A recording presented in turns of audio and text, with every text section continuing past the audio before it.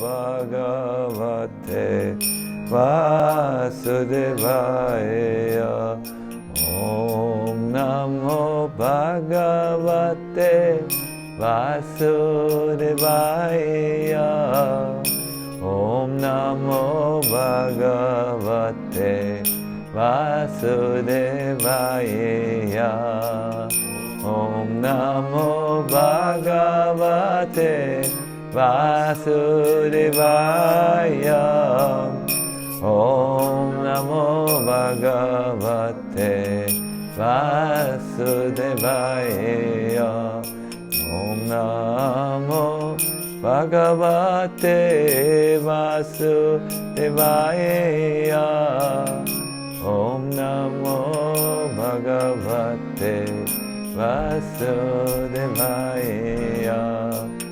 Om Namo Bhagavate Vasudevaya.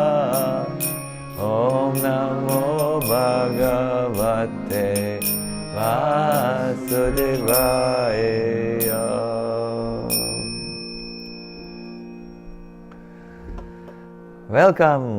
Welcome to Bhakti Essentials Part 5. I can't believe it, but yes, we are together already for 5 sessions. For those of you who have joined us now for this session, I would like to again introduce our presentations. They serve 2 types of audiences. One is the audience who just wants to find out what is Bhakti and maybe spark their spiritual journey. The second type of audience is the audience which is already practicing Bhakti, but who's interested to lay strong foundations for their spiritual journey in Bhakti. Up till now, we have presented 4 subjects. We started with the subject of identity, who we are. We went then next to divinity, what is above all of us, around all of us, underneath all of us, the divine context. Then we spoke about what is Bhakti, as bringing the 2 together. And the last time we dealt with the deities of Bhakti. Now all these 4 subjects come into what you call sambandha in Sanskrit. It means something which binds you, but not in the way we experience bondage in this world.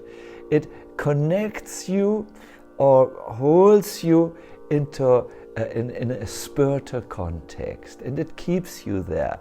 In a way, you could say this type of knowledge gives you the foundation from which you can act with strength, and it also, if you so want, gives you a good protection against negativity of all sorts. Foundational knowledge, sambandha, is the first step, and it leads into what we will start to discuss today, the practice. If you have a practice which is on strong foundations, you can go very far in your practice. The second part, practice, is called abhidheya, and today we will look at something which totally inspires me. It's the mantras and kirtans which are used in Bhakti. I must tell you, I'm personally very, very interested in holding this session for all of you, because it connects me also with what I would like to say the most strongest forces in Bhakti, the most strongest methods and practices which can, when properly understood, bring you into what is called yoga, a connection, a union with the divine. And mantras and kirtans are having the first place, really. Let us start to talk about mantras. Mantras have power inside. The easiest way to understand these powers or potencies in mantras is if we look at the two syllables which compose the word mantra. First, there is man. It means the mind. And then there is tra, which is the short form of trayate. It means to deliver. Mantras have the power to deliver the mind from unwanted occupation. Hold on, you may say. A little bit slower, please. What do you consider in the Bhakti tradition as an unwanted occupation of the mind? Something which, in a way, could be called an obsessive thinking or a repeated pattern which you want to become free of.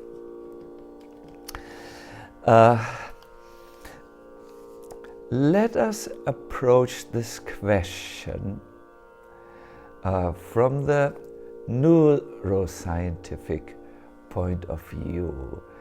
The point of view which works with the measurements of the brain waves. The yoga tradition has a traditional look on the view, on the mind, where it speaks or lists the unwanted occupation of the minds as sufferings, as kleshas, which bring misery upon us, internal existential misery. They speak of ignorance, they speak of false ego, of attachments you can't get rid of, but you need to get rid of in order to move on. They speak of another unwanted occupation, that is aversion and material absorption. But I wish to look at the mind today through the looking glass of modern science. See, there are 4 default activities of the mind. Things which happen without you wanting it. These can be measured by just hooking the brain onto a machine and then which measures brain waves. The first default occupation which the brain goes forward to is the inner commentator. It's that voice which creates an opinion and constantly comments on anything and everything that's going on. Oh, it labels it. This is good. This is unpleasing, and so on. Now, the problem with this inner commentator is these are mostly negative comments. Look at them. Look at the situation. Oh, the weather is not good today. It's too hot. It's too cold. It's so this and that. And usually, when we speak of this unwanted inner commentator, which is not like a neutral camera, but which always has some judgment in it, it focuses on what is going wrong or should be improved, or what leaves us with a feeling of dissatisfaction and frustration. The second automatic occupation that is going on is the time traveler. What's that, the time traveler? Well, our mind thinks of everything except what is going on now. It thinks of the past, for instance. It ruminates on, if things would have happened differently in the past, then everything would be so much easier in my life. Or the mind moves forward in time into the future. In the future, I will have holidays, or in the future, I'm sure that I will meet people who are better to me, or in the future, I will find pleasure by finally looking at a good movie, which I have not yet found. The mind is traveling into the future, hoping that some satisfaction is going on. If your mind is always in the past, what went wrong, or even what went good memories, which you have in old age, when I was young, I could run around like this. Or if your mind is always in the future, that's a problem, because life happens in the here and now. You have to learn to be present where it is. The third default activity of the brain, the mind, it's the others analyst. It will look at others and compare itself with others. Many times, if you look very, very accurately, the mind looks at the examples of others who are so much on a different level that comparison with them and their achievements will bring us misery, because we intuitively feel we can't reach there. It's good to have good examples. It's good to have ideals. It's good, as the Bhaktas say, to follow in the footsteps of the saints. But if you compare yourself and find out, oh no, I'm not so good as they are, then you are digging a hole of misery where you will fall into. The other analyst wonders also what others think about ourselves, and focuses on things that makes us different from other. This analyst brings us always to the same end. We feel lonely, misunderstood, and ill at ease. This brings us to a similar function, the self-reviewer.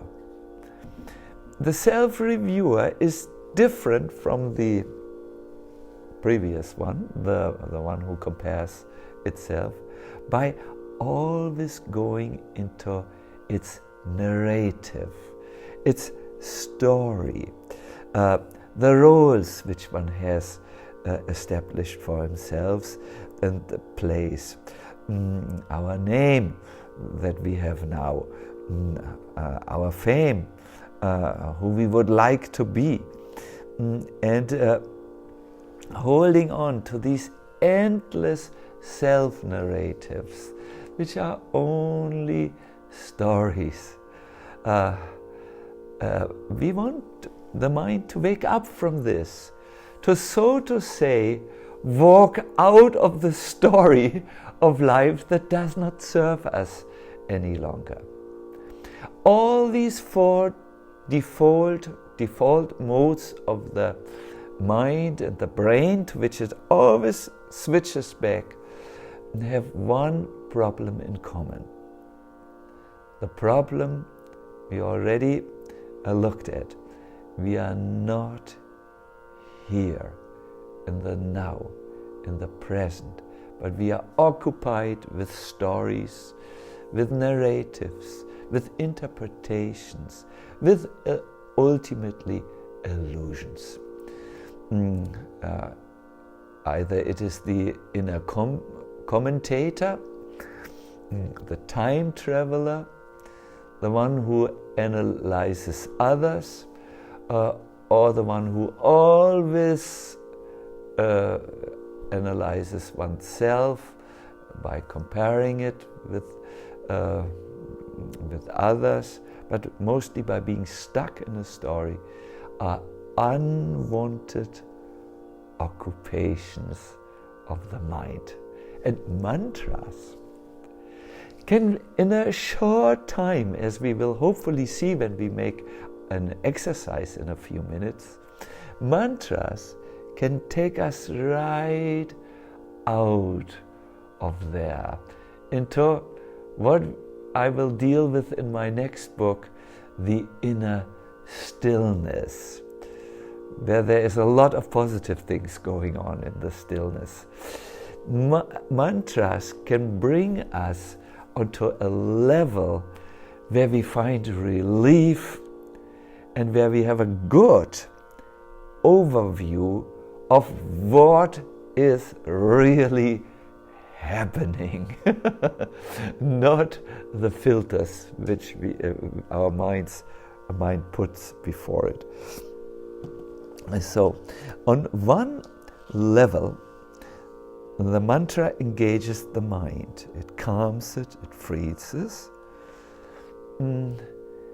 It may be a short, brief syllable, but this syllable acts like a key, a little key, which can free us. There may be an iron door which is very thick, and it is very, very tightly shut. But if you have a little tiny key, you bring this into the keyhole, and you can open the door and walk out into wherever you want to walk next to. So this is one power of the mantra. It calms and it frees us.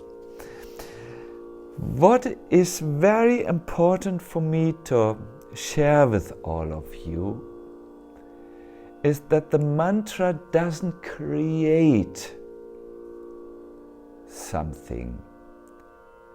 The mantra connects you with what is already there. I couldn't express it better than one of my friends who is a yoga teacher and who said, when I meditate, a feeling of inner calm comes automatically to me. It's not something I strive for. It's something that is already there. We just have to allow it to be a little bit more present. A very good definition of what happens when you chant mantra. It just connects you with that state of calm, that natural state for the mind when it is not agitated by the previous mentioned default habits or other disturbing situations. To chant a mantra, however, does much more than just calming and thus freeing the mind. I gave a few days ago a session about the untold secrets of meditation, and I would like to repeat from that session what is the really amazing power of mantra, a power which maybe comes as a surprise to all of you, because I can imagine many of you have already some contact with mantras. The mantra fireizes you. Now, what does that mean? I would like to give you the traditional example from which this expression comes. Imagine you place a cold iron rod into fire. At that time, a transference of energy takes place so that the iron now is hot or becomes hot, glowing hot, and it also gives off a light. It shines. It's no longer really cold iron any longer. It is fireized. It carries the Shakti or the energy of the fire. And this happens when you chant mantras. You become mantraized or fireized, or let me say, imbued with a spiritual energy which was not there before, and which now enlivens you and brings you something like a deep spontaneous insight. There is the warmth and also the light in you. The warmth could be that energy, and light could be the insight which you get. This is mentioned in things. This Shakti can also remove traces of old karma. Have you noted that sometimes you try to change, but you seem to slip back into a modi of operandi, that is ways of acting that you really don't want, but boom, you go back to it and you say, why did I quarrel? Why did I say this? Why did I do this again? Yes, karma. Very strong old impressions which are there.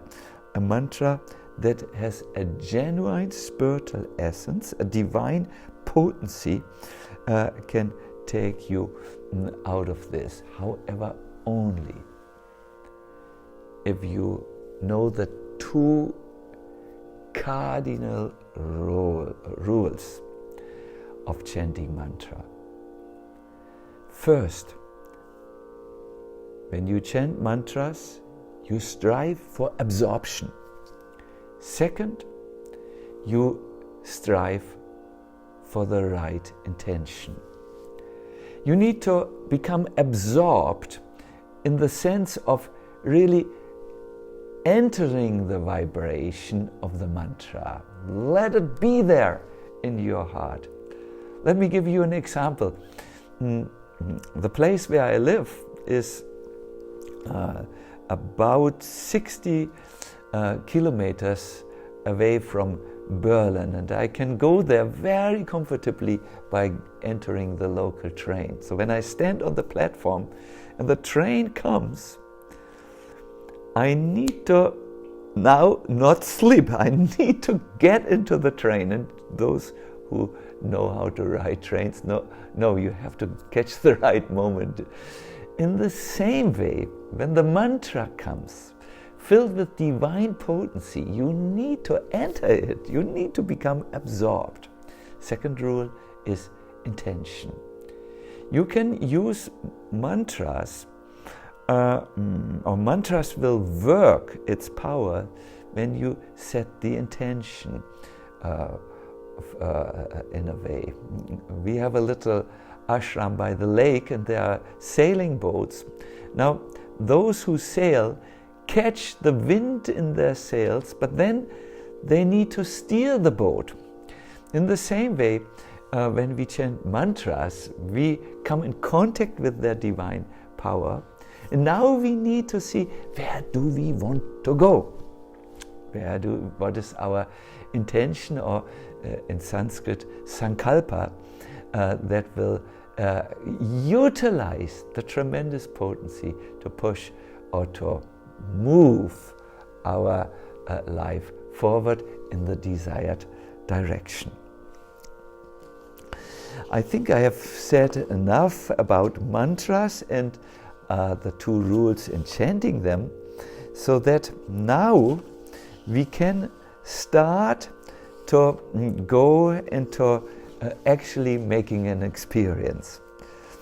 But to summarize my point, I would like to tell you a secret which Mahatma Gandhi found out. He chanted every day the mantra Ram. And he said he owed his tremendous inner strength that helped him to overcome obstacles in his life and his political endeavors due to that strength which the mantra gave him. He said something really beautiful, which I found and which empowered his non-violence movement, which practically changed the whole political landscape of the India he lived in. He drove what was so powerful with his movement that he could ultimately drive out the foreign rule of the Britishers and give India its independence. In his own words, he said, the mantra becomes one's staff of life that carries one through every ordeal. Each repetition has a new meaning. Each repetition carries you nearer and nearer to God. Let us make an experience now. I would like to chant with all of you the most well-known mantra, the Om, and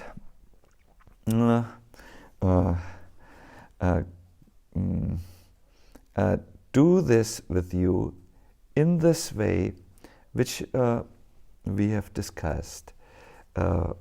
One should, says Patanjali, chant this with full concentration and a one-pointedness. The Sanskrit is ekagrata. Ek means one. One-pointed mind during the practice. Let us start. I request you to find a comfortable sitting place. I assume you have, but maybe some of you were busy. Sit down. It won't be too long, and sit erect, cushion, or on the floor or chair. Both are equally all right, but we aim for a straight sitting posture. When you're ready, center yourself and close your eyes.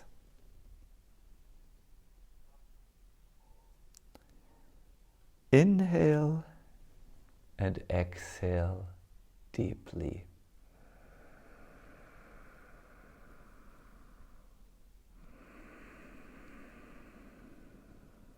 Please continue to breathe in and out.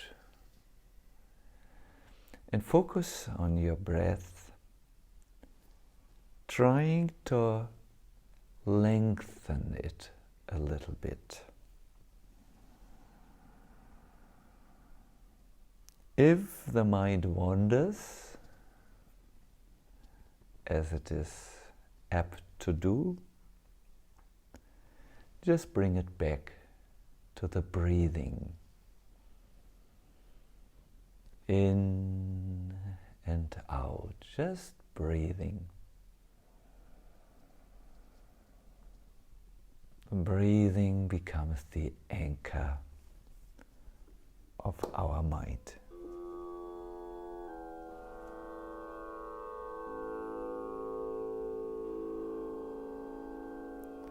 When you are ready,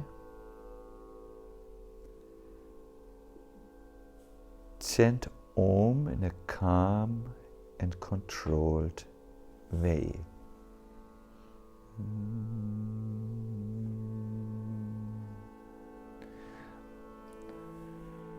I will do it one time alone, and then we will do it 5 times together.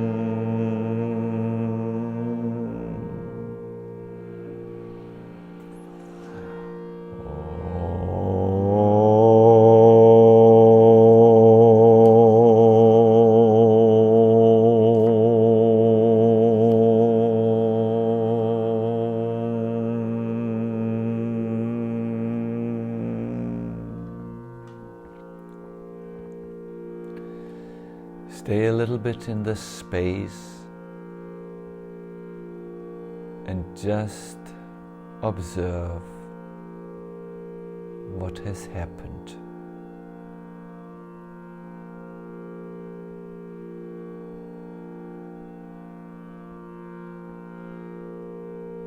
To conclude the session, I request you to one more time chant the Om.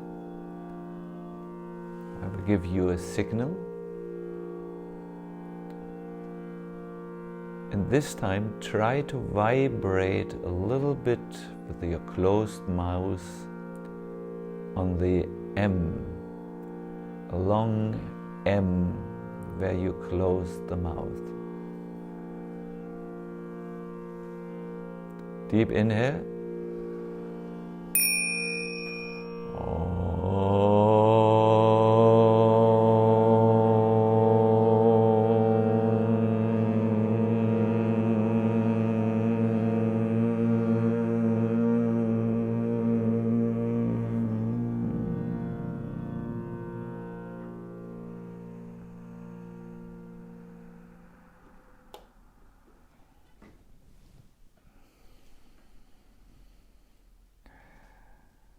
How was that for you?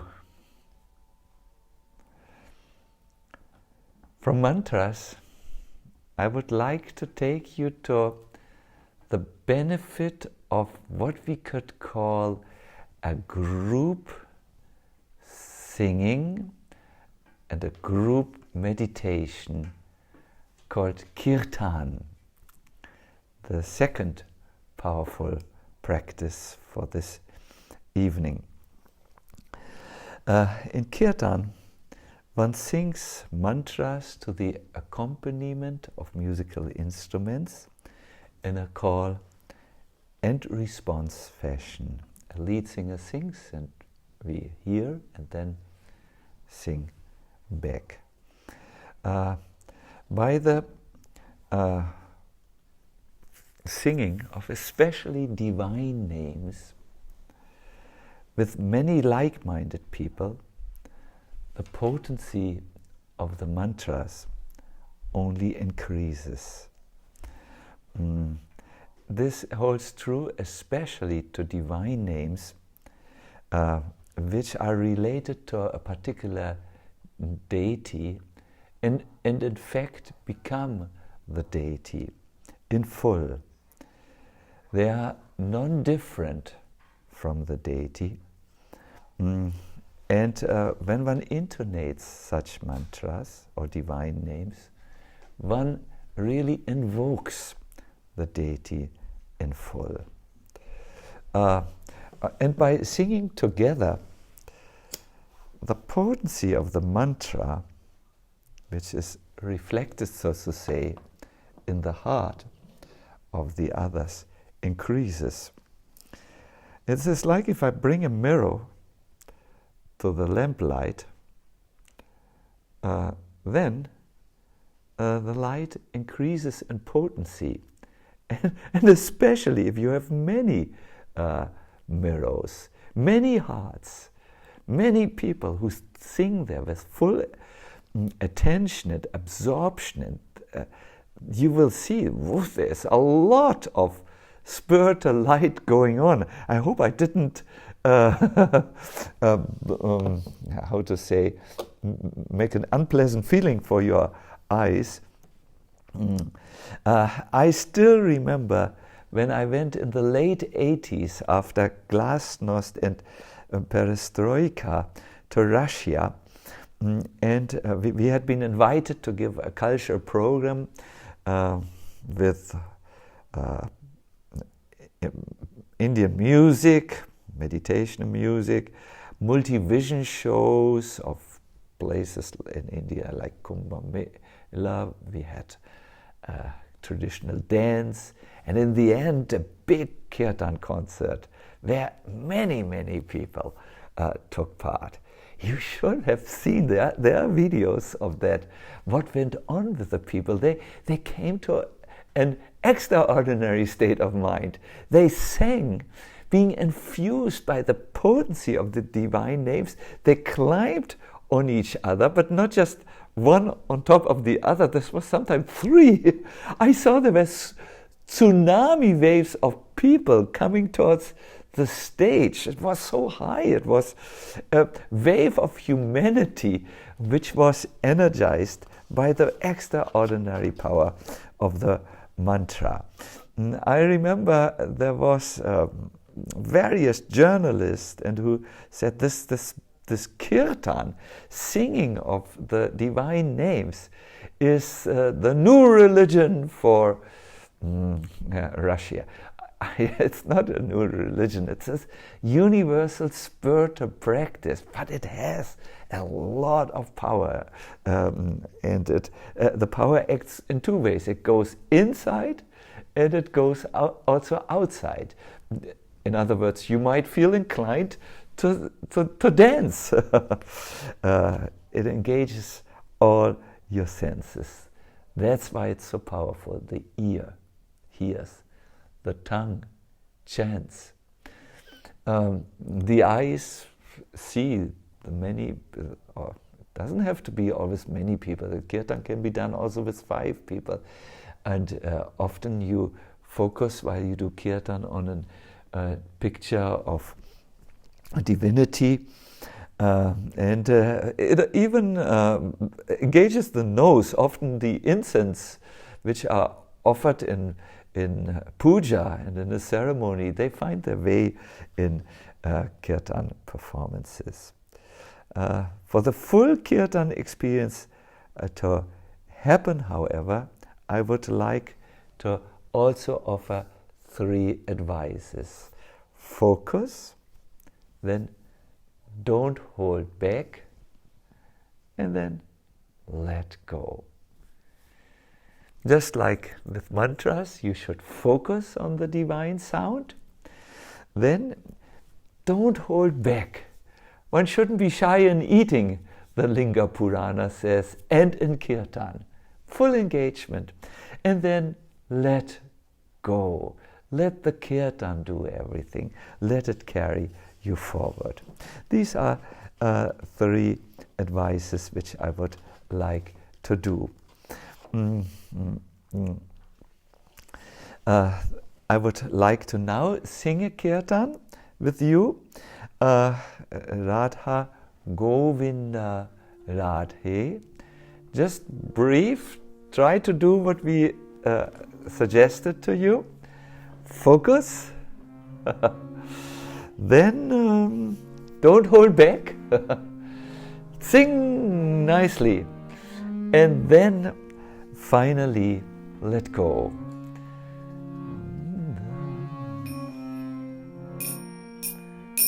Radha Govinda Radhe, Radha Govinda Radhe. Your turn. Radha Govinda Radhe, Radha Govinda Radhe,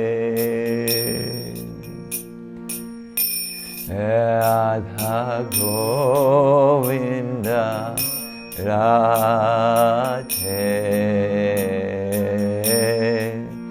Radha Govinda Radhe. Please sing Radha Govinda Radhe, Radha Govinda Radhe, Radha Govinda Radhe, Radha Govinda Radhe, Radha Govinda Radhe, Radha Govinda Radhe, Radha Govinda Radhe, Radha Govinda Radhe,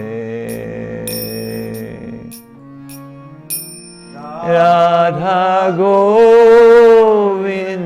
Radhe, Radha Govinda Radhe.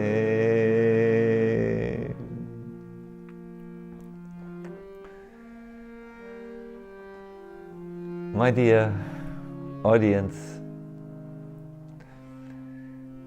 Kirtan should go a little longer. Typically you find Kirtan concerts which extend over 2 hours or so. Sometimes there are Akhanda Kirtans. They extend over a whole day. There are 3 days Kirtans. They go on day and night. And always the same experience is there. When one focuses and does not hold back, does not sink back in the narrative of the mind, so to say. And let just the divine names carry you on, much like the train or the airplane. Then you can come to an extraordinary state of consciousness where you have deep insights into very advanced levels. Not only insight, where you experience them really. There's an old poem. It says, with every rising and setting of the sun, your days pass. Why then do you still remain idle and not worship the Lord of your heart. Material life is temporary. Take shelter of the divine names earnestly. Sing again and again. And drink the divine name's pure nectar, thus giving relief to your burning heart. So many times we do things with our hands and our hearts does not understand why.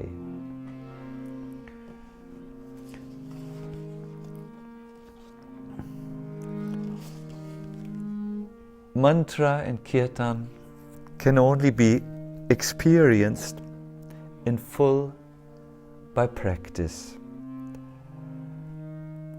I wish to encourage you in my closing remarks to practice mantra chanting and Kirtan. But before I do this, I want to make one brief announcement.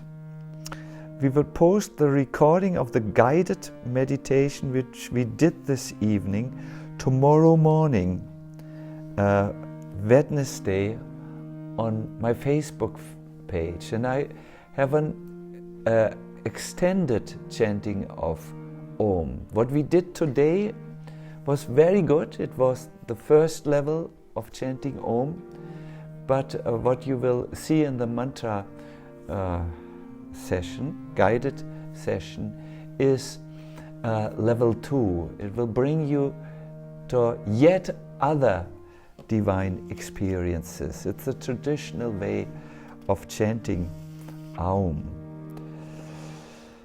I will leave you with tips and exercises which you can daily do, and these we will place also on the Facebook so that you can review them again. My first advice or suggestion, I would better like to say, is to chant the Om upon awakening, first thing in the morning. When you get up and maybe sit still on your bed, chant Om, and do this also as the last thing in the day. Then you frame your day with a divine sound vibration. My spiritual master said, Om, or the pranava, is the seed of transcendental realizations. By its chanting, one is able to bring the mind fully under control when it's materially absorbed. And this is the way of changing the habit of the mind, this default states. No? Then I would like to request you to sing kirtans either on your own, you can just sing this one or other kirtans, or look up in the internet, in the kirtan web pages, for good kirtans which you appreciate. And then, why not dance maybe in your room, dance more to the sound of the kirtans.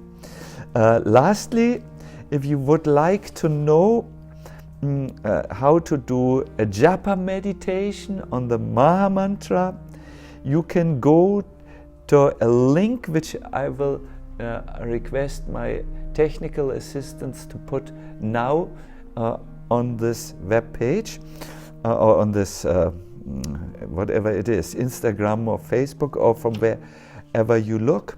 It describes you how to do this contemplative mantra chanting. And last and not least, I'm a little bit in a hurry to end on time, is I would very much appreciate you to see you for our next Bhakti Essential Sessions Part 6 on, let me look here, on August 11 at 8 p.m. Central European Time.